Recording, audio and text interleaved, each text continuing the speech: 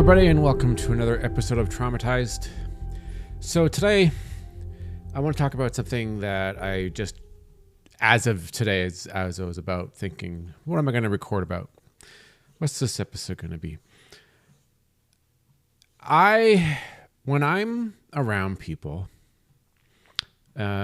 specifically people that I am intimidated by, and not like physically or like mentally, right? Like I'm not sitting, I don't go and see somebody and then completely intimidated where they can manipulate me and be in control and tell me what to do, and I'll obey them because I'm scared of pissing them off, right?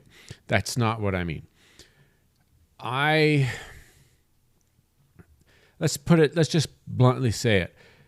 I feel like I'm hiding in plain sight when I am around certain types of people, like strangers and people that I am attracted to, like attractive women. Okay. So it isn't just necessarily that, like, it's not just women that are attractive that I feel like I'm hiding in plain sight around. It's in situations that are like just kind of like an awkward scenario. I'll give you an example. I have for many years, and I don't remember when exactly I started doing this, but there was and I still do it. Not every single time, but there are many times where I have done this presently, where I'll be walking down the corridor of West Edmonton Mall, because as you're aware of, I live in Edmonton, and I've been to the mall, and I'm doing my thing and I'm walking around, and I have many times felt like I am not worth or not worthy of looking them in the eye. I see an attractive young woman my age, even in my 20s and 30s, this was the exact same thing. I would be walking towards where I have to be or where I want to go, and I would see ahead of me, like far in the distance, an attractive woman or multiple attractive women walking towards me. And I would automatically turn, like, tunnel vision or look down to the ground and walk by them. And then once I was by them and they weren't there, then I would look back up and kind of like continue to walk in a normal way. But in my brain, as I was walking and getting close to these people or to this person, I automatically felt like if I were to look at them, they would see that or they would sense it, right? Or they would just know that I'm looking at them, and they would look at me, and they wouldn't just look at me and then move and then, continue on. It'd almost be like they would give me this stare, and their eyes, their face would start to look like they're saying, "How dare you look at me? What gives you the right? Who are you to even look at me?" Right? And so I wouldn't even try. I would just immediately look away, or I would intentionally pretend that I'm looking at something like across from them or behind them to try and maybe take a close look. But I could never look somebody in the eye, even someone who I didn't know, in a place that is filled with people. I would not have the ability to look at them. And I would feel, like I said it earlier, I would feel like I was not worthy of doing this. That they would get angry at me and confront me, like I didn't have the right to look at them. And it's not like I would be, don't get me wrong. The thing is I wouldn't be like staring at them like I'm like, oh wow, she's so hot, and then having that like that staring way of how you see sometimes in on TV shows or in a movie, or maybe there's an awkward kid who's staring at someone and you kind of notice it, and you look at them and they're like they're just really focused on them. It's not that kind of looking. It would just be like walking by and looking at them going, cool, or that's pretty, or nice hair, or she's got green eyes, that's beautiful. It would be like it, just a casual, but kind of looking at them for 2-3 seconds and then saying, all right, great, and then moving on. But I couldn't do it. I would not be able to do it. And so I was out today just after work walking with my dog at the dog park. And I started to have this kind of like grand thought about how I feel when I'm around people. And it's kind of expanded to more than just like an attractive woman or a group of women that are nice looking that I feel like I can't look at. It could just be strangers. It could be people. It could be a guy, a man. It could be older women. It could be kids. Well, kids are different because, they're innocent. So they're not expecting them to treat you in any bad way unless they're just brats. But I have always had this difficulty looking at people in the eye, or looking, well, yeah, the whole purpose of looking at someone when you're talking to them, or when you see them and you want to show that you appear to be friendly or like mature or decent and not rude, is when you look at someone in their face, you look them in the eye and you say, hello, how are you? Or hi, how's it going? Or, whatever, you ask them a question, you come up, you find a way to start the conversation, even if you are truly asking them a question. But there have been so many times where I will walk by someone and, it's not like I'm not trying to create attention or draw like focus on me, but I'll be walking by a couple people and I'll just kind of give them this like quick look and then just kind of look away, or like I'm not really looking at them at all, and and they'll say hi there or hello, and I have this standardized response, and it's not casual, it's not a calm response, right? Like a very nice happy-go-lucky kind of sounding response in it by any means. It's very like structured or possibly robotic. So I'd be like, hello, or hello, kind of just like, and and I noticed that it's the same tone every time that it happens. It's like I can't just say it normally or say it in a way that sounds like you're confident and good and nice about things. It's like structured. It's like it's tuned in a perfect way in my brain to not drag into the situation or gain attention, like to have people go, huh, weird. But the irony is that the response, if you really think about it, if the person was actually interested in talking to you, right? Like, let's say I happen to be standing at the wall, or I'm like looking at a book or looking at a magazine, just kind of waiting for something, and then a nice person comes up and says hi. They want to introduce themselves. I would have most likely said hello or hello, like almost like I'm just don't have a clue of what to do.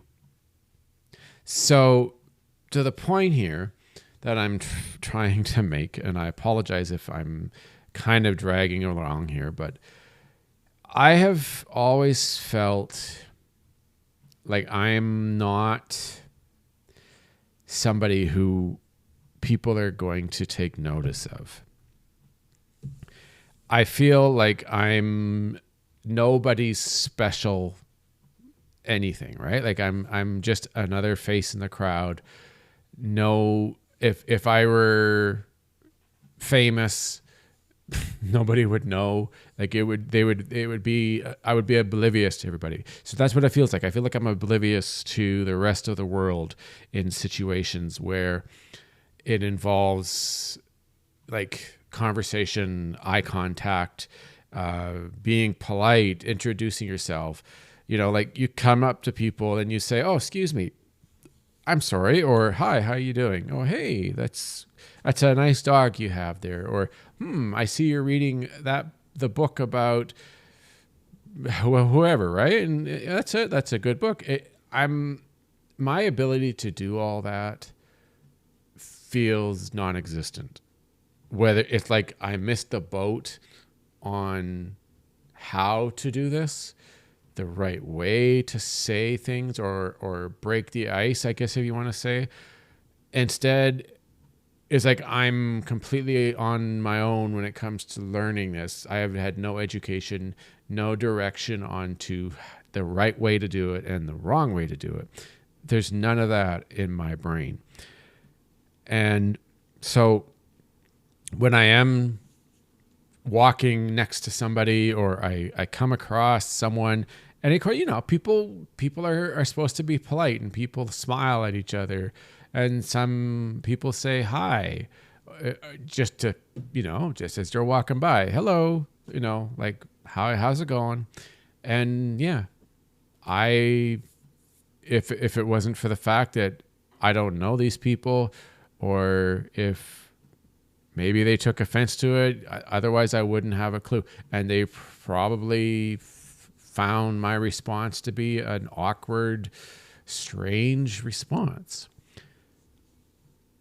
The bottom line is this all comes down to, and I wish I could remember what point in my life, but it comes to a point where I have faced trauma, the repetitive trauma, the bullying, and the belief that I am not worthy of someone's acknowledgement, that I don't deserve to be recognized or to be spoken to or to speak to somebody without prompt.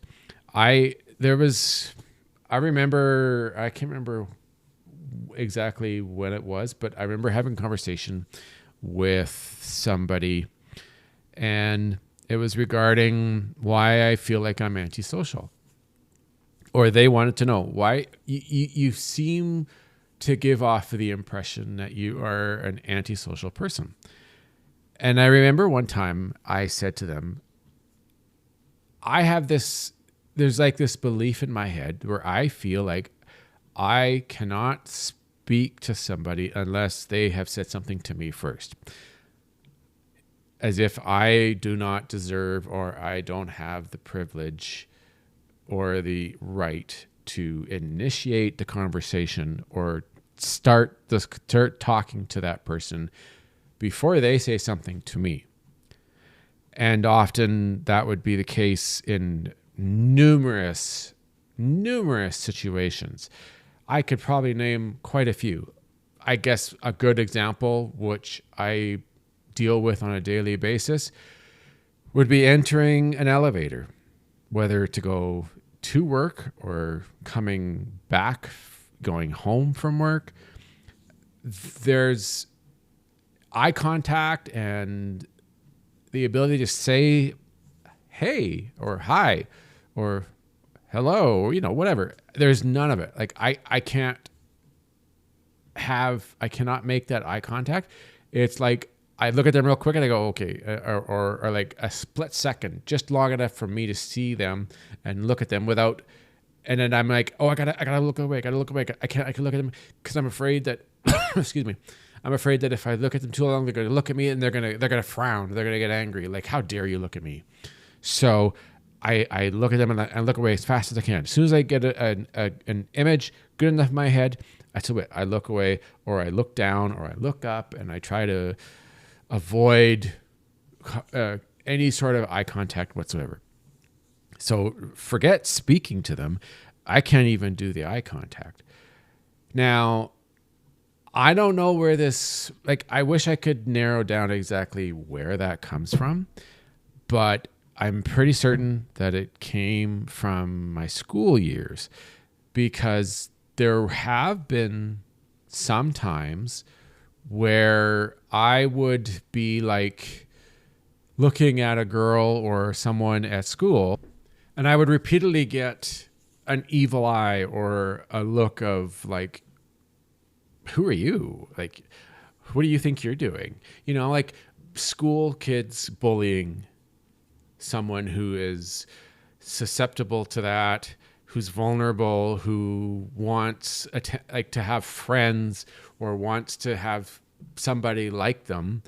And there are no students who would want to. So I developed, over time, I developed this almost like a script, like a planned outcome where I didn't look at people. And because I wanted to avoid having them get angry at me, like curse at me or curse me out or say, how dare you look at me? You don't deserve to look at me. And so I avoided it. I wanted to avoid conflict. I see that's another thing in my life. I have often done everything I can at any cost nearly to avoid conflict. And that can range to any sort of situation. It can be talking to a girl who I like, who I'm interested in, that doesn't know yet, talking to a group of people who are doing something fun, and I kind of know maybe a few of them in the group, but I'm afraid to speak up because I don't know if they're going to accept me. So my instinct is to avoid it because it's safer that way. So I avoid conflict. I have such a hard time looking at people in their eye and being able to say something, have a conversation, or talk to them, or even just without having them say something first, is extremely difficult. Now, when it comes to people that I know, people at work, like managers, my boss, friends that I already have, it is definitely easier. But talking to them about difficult subjects often can be extremely difficult, to the point where I avoid bringing them up despite the fact that I really want to talk about it. Kind of sucks. So this is a very lonely kind of situation to be in, because I want companionship. It doesn't necessarily have to be romantic or intimate. I'm craving just friendship that is a companion, someone who I can hang out with, call up that night or earlier in the day and say, hey, what are you doing today? You got any plans? No. Oh, hey, you want to go see a show, or do you want to hang out? You want to watch a movie, or do you want to go to the store, to the mall, blah, blah, blah, right? I want to have that ability to do this. It's just when you have such an innate fear of being rejected and being scolded, and then at the same time, on top of it all, feeling unworthy of that person's attention, of that person's care and love and respect, it's a very lonely world. You know, I'm sure for a lot of you who deal with something very similar to what I'm talking about right now, I'm sure you know exactly what I mean. It's a lonely situation. I'm very alone. Like I am alone. I have my family, I have my friends, but my friends are busy. They have lives. I'm not able to just see them whenever I can. I've got to plan far ahead because everybody's got their thing. It's just the way it is.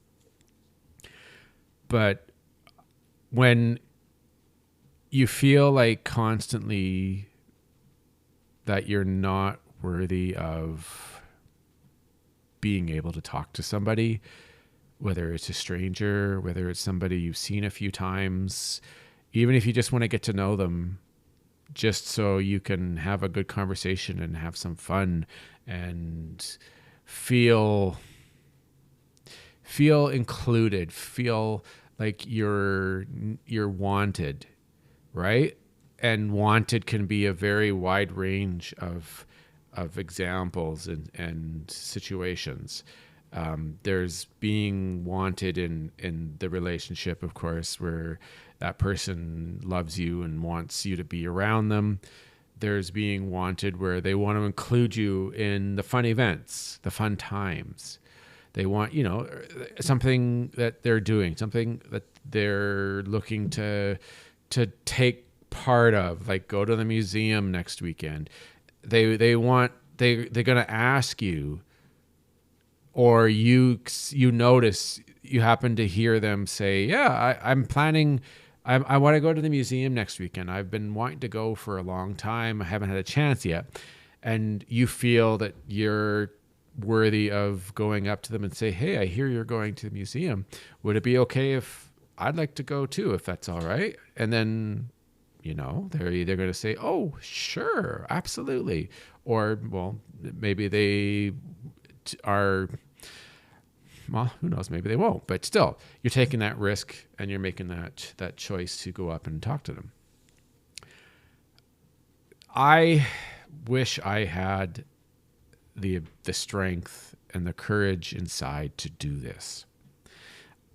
And I know there's so many wide range of examples and scenarios out there that I know you as the listener, I'm sure, have gone through or can think of, where it's so scary and so hard to do that it freaks you out, or you just get super scared and you don't do it at all. You don't even bother trying because you just, it's not worth the pain and the suffering and the anxiety of putting yourself through that, right? Like, can I do it? Am I able to do this? Can it be done? Well, you know, like it's a very stressful and anxious moment that feels like such ton of weight on you because you're so scared. You want to do it so bad, but you're so scared of being laughed at or scolded or sold. How dare you? Who do you think you are? What do you I don't want you around me, or I don't want you to come. Why would I ever want you to come? Stuff like that is horrible to hear, especially if you have a huge fear of being rejected and feel unworthy of any sort of companionship or having people in your life. That is a terrible thing to hear, which is why we avoid it. Nobody wants to deal with that. Nobody wants to stand there and have somebody say, no, I don't want you there. Or they laugh, and maybe their friends are there, and their friends think it's funny, so they all start laughing, so they're making fun of you, right? And so, of course, you're humiliated, you're embarrassed, you feel like shit. You feel like a mess because once again, loser Russ has been rejected, said, you can't be included. You know, like, you're not allowed to come because we don't like you. So you just get to the point where you don't even bother. And you wonder why I feel invisible. You know, like, I feel like I'm hiding amongst everybody. Like, I'm there, but they can't see me. I'm not, and I don't know, you know, obviously it's not literal, of course, that's a given. But the way everything turns out or presents itself or comes out as life progresses day to day, I often feel like I'm invisible. I'm hiding right then and there in plain sight in front of everybody, and I'm not being noticed. And sometimes I think I'm being ignored, or I'm purposefully being like erased. Nobody can see me. But then there are times where I believe that I'm the one who's making that happen. I'm the one that's showing. That's not showing. I'm the one who is choosing to be invisible, to be hiding. I would rather not be there. So if I can find a way, I'll go far around, or I'll take another route to get there so that I can avoid the possible humiliation from those people. Even if they are strangers, you still feel like you're going to get humiliated somehow, because that's just how you feel. Like, you feel like nobody thinks that you're a person, that you're worth anything. And that self-defeated attitude, I know a lot of people say you got to toughen up, you got to be brave, you got to have courage, you got to get out there and push yourself in a tight spot. But you've had so many years, like myself, so many years of rejection and being made fun of and told no and laughed at and not ever being included, not having anybody ask you to come along or say to you, would you like to come? It would be great if you could be there. You would have fun. Not ever having anybody say that to you again and again over the years, it sticks. It becomes normal. It gets normalized, because when the only thing you ever have happen is being told no or laughed at, and you get embarrassed, it's just like anything else, right? It's brushing your teeth every day for your entire life. It becomes memory, like muscle memory, right? Learning how to read, it's muscle memory. Your brain never forgets how to read, unless you have an injury, but still. It's the same thing. You're being rejected and being told no and not feeling worthy of someone's affection or companionship or being included in a group or with people. It feels like muscle memory. So your instinct is to avoid having that rejection from even occurring. You don't even try. Why would you try when every time you do, in the past, even if a tiny little bit that you've done, you get humiliated or embarrassed, or you never get to feel like you're included? It just becomes instinct. It's a muscle memory thing, and you don't even try anymore, because you automatically believe it's going to be just like every other time. You're going to get told no or laughed at, or they're going to get angry. How dare you come to me and say or ask to be included? Who do you think you are? I don't know you. I don't like you. I don't care who you are. It just sticks, and takes a lot of work to get out of that. And,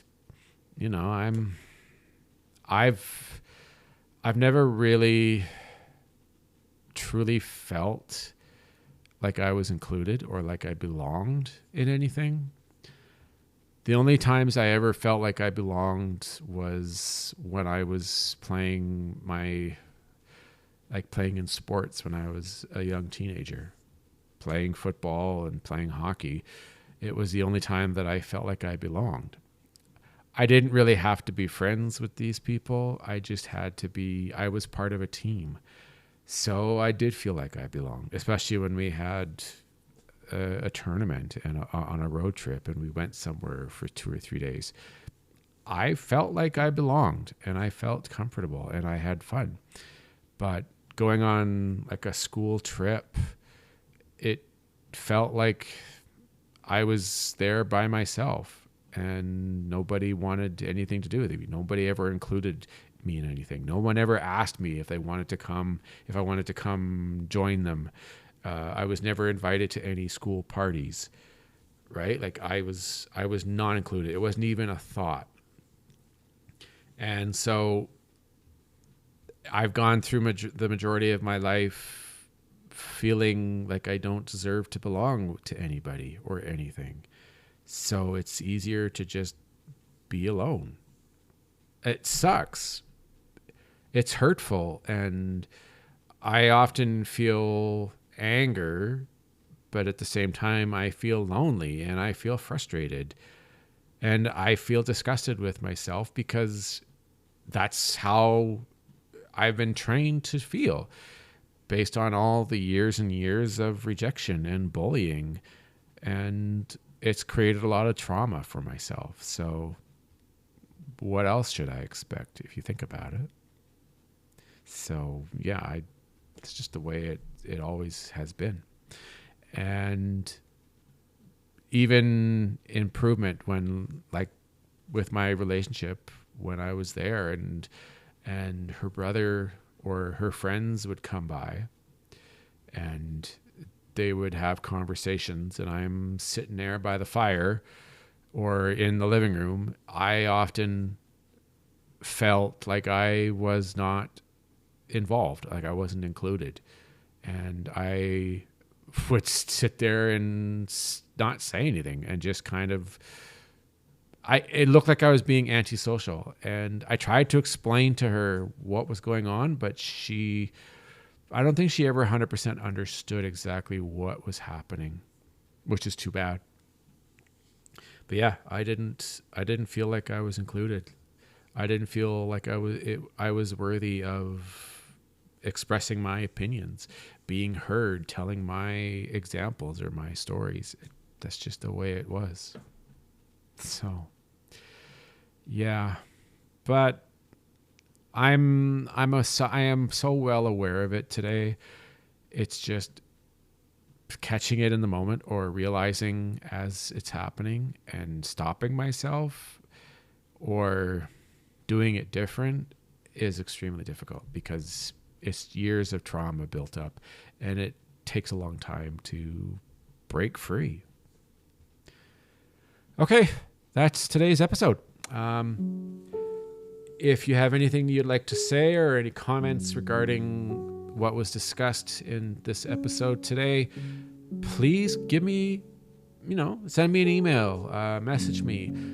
My email address, of course, is traumatizedpodcast2023@gmail.com. You can go to my website, which is traumatizedpodcast.link. There's multiple social media. There's Twitter, Mastodon, there's Blue Sky, there's Threads. I have my episodes on YouTube, so you can comment, you can subscribe and comment on there. I would love to hear from anybody. If you have any comments or, you want to share your own experiences, by all means, feel free to do so. That's what this is for. This is for everybody. So yeah. All right. Thanks everyone for listening. I shall talk to you next week. Bye for now.